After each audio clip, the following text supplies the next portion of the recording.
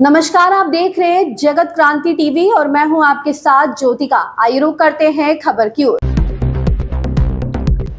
केंद्रीय गृह मंत्री अमित शाह ने गुजरात के कर्णावती महानगर में आयोजित तिरंगा यात्रा में कहा, 2047 में आजादी के 100 साल पूरे होने तक हम एक विकसित देश बन जाएंगे।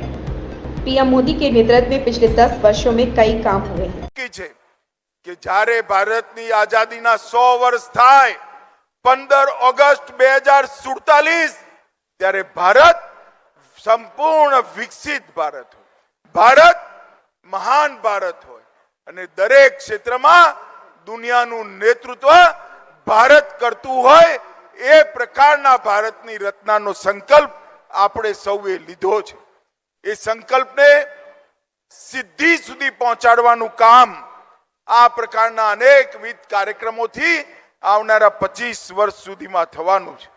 નરેન્દ્રભાઈના નેતૃત્વમાં અત્યાર સુધી 10 વર્ષમાં અનેક ક્ષેત્રોમાં વિશ્વ પણ અચંબિત થઈ જાય એ પ્રકારની સિદ્ધિઓ આપણે પ્રાપ્ત કરી છે।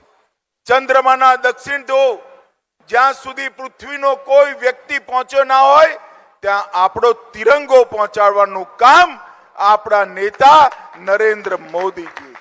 इस खबर में बस इतना ही। बने रहिए जगत क्रांति टीवी के साथ।